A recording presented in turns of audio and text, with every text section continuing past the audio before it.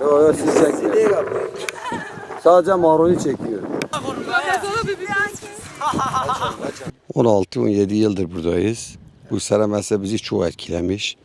Kimse tüccar buraya gelmiyor. Mesela diyelim geçen sene marul kasası 4-5 milyon, bu sene 2-3 milyon. Yarı yarıya düşmüş. Nereye arıyorsun diyor, ola biz gelmiyoruz. Tehlikeli bölge işte kimse gelmiyor. Odur başka, yani çiftçiler çok perişandı bu sene. Mesela her sene 40-50 milyar mal alıyordu. Mesela kazanacağımız bir 10-15 milyardı. Bu sene herkes zarar ediyor. En az 20-30 milyar zarar ediyor. Mesela diyelim ki sürücü zaten halk hepsi terk etmiş gitmiş. Yeşillikte tut, soğanda tut, marulda tut, her şeyde böyledir. Ağaçta tut, yani çok perişandı bu sene. Herkes geliyordu, Malatya'da geliyordu, Erzurum'da geliyordu, Elazığ'da geliyordu, Batman'da geliyordu. Bu sene bak şu an Nusaybin, Mardin hepsi kapalı. Hiçbir tane tüccar buraya gelmiyor. Ben her sene en az 15-20 araba Mardin'e marul satıyor. Bu sene de bir tane de satmadı.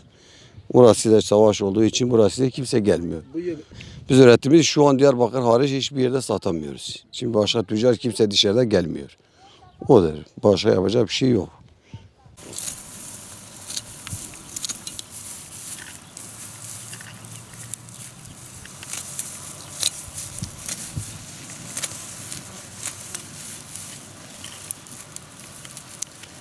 Bu sene ilk ekilişte biraz sıkıntı çektik.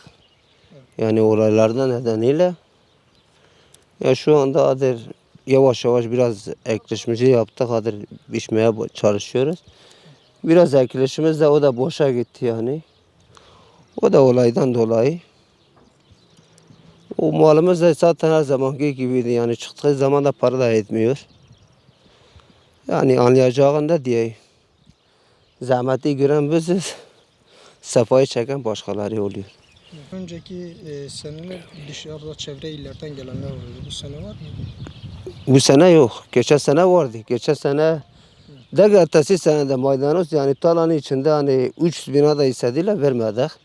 Çünkü yani bizim devamlı bağlantı ortamımız bir kişi var. Arkadaşlar o da.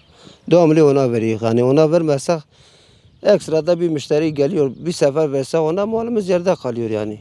O bir sefere mahsus kalksa götürse dışarıda yani o da yani ekmek ne yese geri kalan gene ekmeksiz biz kalıyoruz.